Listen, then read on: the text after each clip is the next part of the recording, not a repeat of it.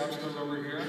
It is the sexiest thing I have ever seen. I've been looking at things for almost 50 years, and this is the sexiest thing I think I've ever seen. It's a sparkling clean jockstrap, I think. But sometimes in humiliation scenes, somebody will stuff dirty underwear in somebody's mouth or gag them with dirty socks or whatever, male and female, particularly guys who are, straight guys who are submissive, love to be like gagged with the girlfriend or the wife or the mistress's panties that she's worn for a day. It's smelling, it's like, oh, my dirty underwear in your mouth. Why does that turn people on? We just don't know. And should it matter that we don't know? And when people ask why, they think, we can explain it and it'll evaporate, is usually the reason why people ask this question. And you can write a story, you can look back over your life, you can find something, and say, well, that's the reason I'm into this. But then I can produce as many people who have the opposite life experience, who are into what you're talking about. There are people who love to be spanked. And they say, well, I was spanked as a child. It was this weird kind of intimacy with authority figures, my parents, but, I'm not into that. Thank God.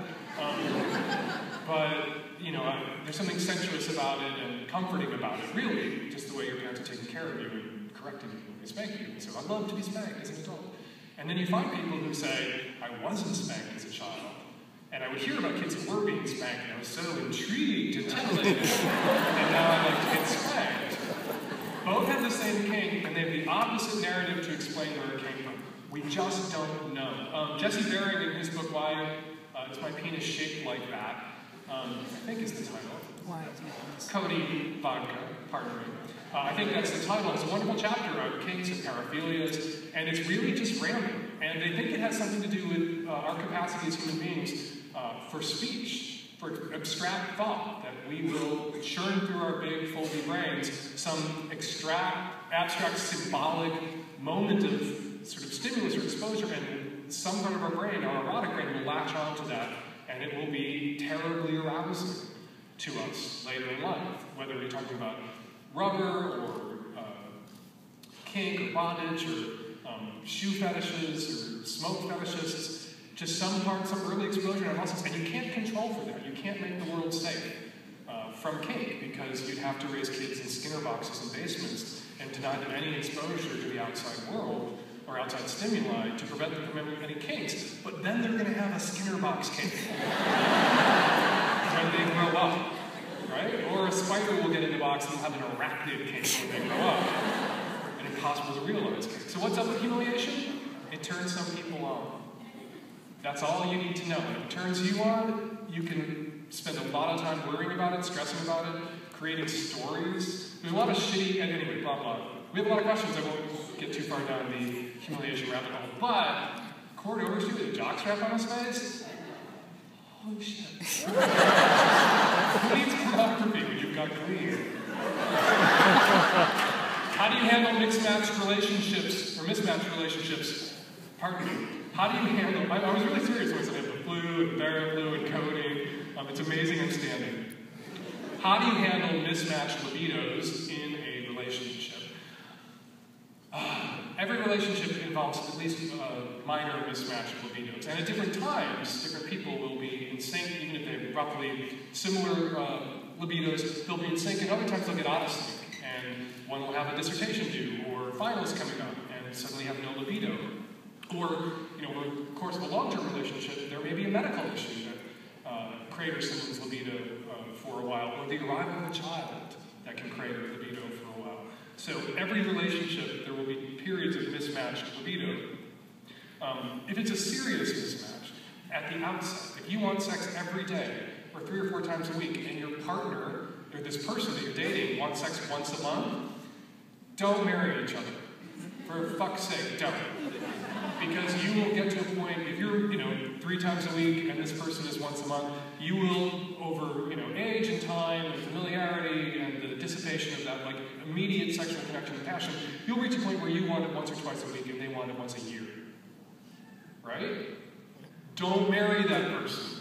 Unless it's an open relationship. Unless you're allowed to get your higher libido sexual needs met elsewhere, or unless you're willing to allow that person that you love so much to get those needs met elsewhere. That said, what do you do if you really want to, love this person, want to be with this person, or you're going through a period where you're generally pretty well matched, but you're in out of sync stage? What do? The person who doesn't want to have sex needs to be a little indulgent and understanding, and not treat the person who does want to have sex like some sort of aggressive, obnoxious asshole pervert for having an interest in sex and wanting to have sex with you, their partner, that they hooked up with romantically because they wanted to fuck you hello, right? And so what you do is you assist that person in their masturbatory needs meeting over the short term. There are times, if you don't want to have full-on sex, sit down on that man's face and talk dirty while he jerks off, talk about the sex you're going to have in a little while. If you're in a place where you just physically can't be touched right now, which does happen, even to men, you can pop the videos crack the videos up on the laptop, tell them to jerk it to their heart's content, not guilt them about it. Just because your libido has cratered doesn't mean that your partner, male or female, is obligated to go without sex or go without release during that time. And it can be as simple as you being cheerful about them seeking release, even if they're not fucking other people, and encouraging and giving it your blessing and not shaming them about it. It's really important. It's really important not to shame somebody. If you are unable to meet their needs and you don't want to sow a lot of anger or discord in your relationship, find other ways for them to get their needs met and pat them on the back and say, you go jerk it. Chill it, or whatever you need to do. And I love you. And if I'm in a place where I feel like I can be touched, I will put my tits in your face, or I'll sit my ass down on your face. I will talk dirty and roll my eyes, but you won't be able to see me roll my eyes. So I'm going to tell you that part. And you can get through it. But you'll explode your relationship if the low libido partner, and this happens in the sex negative culture, the low libido partner treats the partner who wants to have sex like they're the problem. Because always the person who is sexual or wants sex or wants more sex or has a kink that they like fulfilled is treated like the problem. Everybody does it. And that's a recipe for exploding the relationship. Why do you think